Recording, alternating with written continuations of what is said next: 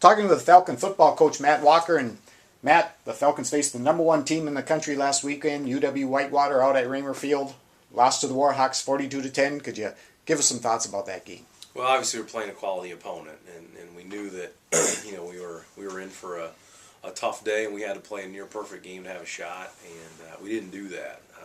I think a lot of respect to them and what they've obviously accomplished, and I don't think it's wrong to say that I think that what they've been able to accomplish on the national scene has helped all of us in this conference. I think you're a fool not to think that they're helping everybody in this conference with the national notoriety that goes along with what they've done, and helps in recruiting and all those things bring a brand and a name to this league, and they're good. And I think the one thing that stuck out offensively for us was that we've obviously had our struggles at times, but kind of been able to hang our hat on that we're going to be able to run the football up inside.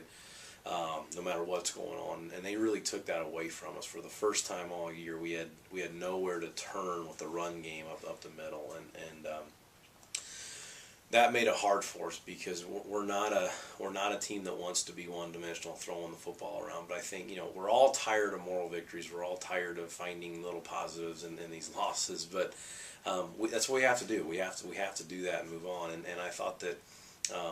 Late in the game when we kept hitting our head against the wall trying to run up inside, I thought BJ threw it around pretty good late in the game, and against even when we're still hanging around the game, there's still a 2 and 3 score game and we were forced to throw it. I thought he did a good job of throwing it around. I thought we protected very well the quarterback, and we finally had some guys outside at receiver make some plays for us that we needed to move the ball, and again, it wasn't quite like some of the other games where we're just moving all over the place and couldn't score. We were having our troubles moving the ball, but we did have some positives throwing the football around, I thought, which was good. And I think defensively, a little bit of the same thing, where at times we looked really good and got some 3 and outs and had some, we won the turnover margin 3-1 on Saturday, which I thought was a very good positive for us. But, our mistakes, they're not 10 and 15-yard runs. They're 80-yard touchdowns and 70-yard touchdown. And so and a little bit of it's the schema. We're trying to go after a little bit. We knew with Whitewater we had to take some chances. We've done that a little bit all year, and I'm not making excuses for us, but we've rolled the dice probably more than I normally would, trying to win and get back into games that it's put ourselves in some bad spots, and that was happening defensively a little bit. We were taking some chances to try to create more turnovers and giving up some big plays, but again, we're all tired of saying, hey, let's look at the positive and move on and moral victories, but it was a little bit of another day of that. We had another big play in the kick game where we pinned them down on the 5-yard line and caused a turnover. It led to our score, the touchdown. Chad Blair hit his career-long field goal, I think a 45, 46-yard field goal. So again, things are happening for us positively. The scoreboard's just still been a challenge for us. Matt, looking at the players of the week, the coaching staff picked last week, on the defensive side, safety Matt Ainsworth, the senior from Maple Grove, Minnesota, was the defensive player of the week. Had another great game, had 7 solo and 9 total tackles. He had an interception and also broke up another pass. Could you talk about Matt's play? Yeah, Matt was all over the field. Sometimes when you pick those MVPs and you're watching the game, sometimes those guys don't show up till you watch the film the next day and you're breaking down and grading. You say, wow, that guy's really making plays. He's putting up numbers. But Matt's was a case where just standing on the sideline or in the stands and watching the game, you knew he was flying around. He had his hands on 2 or 3 other balls. He made the good interception. It seems like every time you turn around, his name's being said over the speaker making a tackle. Just a huge day for us. That was, we need our he's a senior captain for us, and arguably in our biggest game of the year, you're playing the number 1 team in the country, to step up and have that kind of game was big, and he continues to lead our defense, and it's exciting to watch him play every Saturday. On the offensive side, Matt, wide receiver John Wallstrom, the junior from Hastings, Minnesota, was named the player of the week. He set career best with 12 receptions and 77 receiving yards. Could you talk about John's play? John was big for us. Again, part of what I said before about the success throwing it around, he was a big part of it. He was making plays.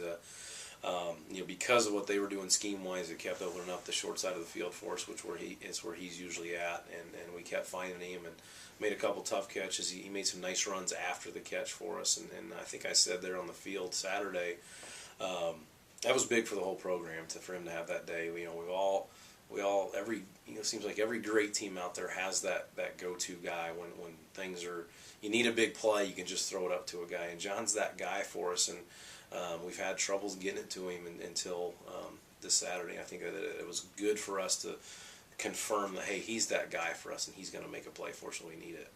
Looking ahead, Matt, the Falcons continue on in WIAC play. They travel to Stevens Point, face the Pointers at 1 o'clock at Gorky Field. What do you know about the Pointers?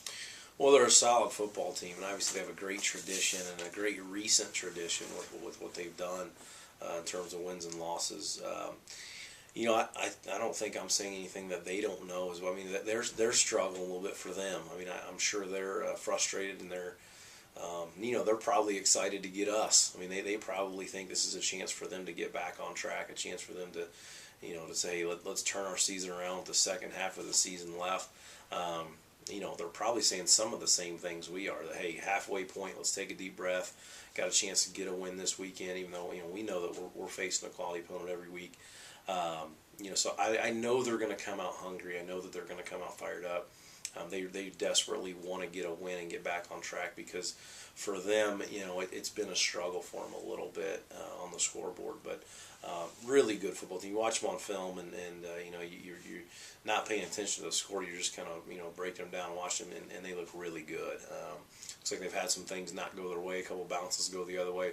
They could easily have a couple more wins, and so we got to work it out for us against Saturday. But we feel good. I mean, despite this rough go of things and some tough first half of the season, we're still positive. Our leaders are doing a good job keeping our guys hanging in there and on the right track, and we got a great attitude. We've had a great week of practice, and we're excited to play this weekend. Matt, thanks for your time. We'll look forward to talking to you next week after the Stevens Point game. Thank you.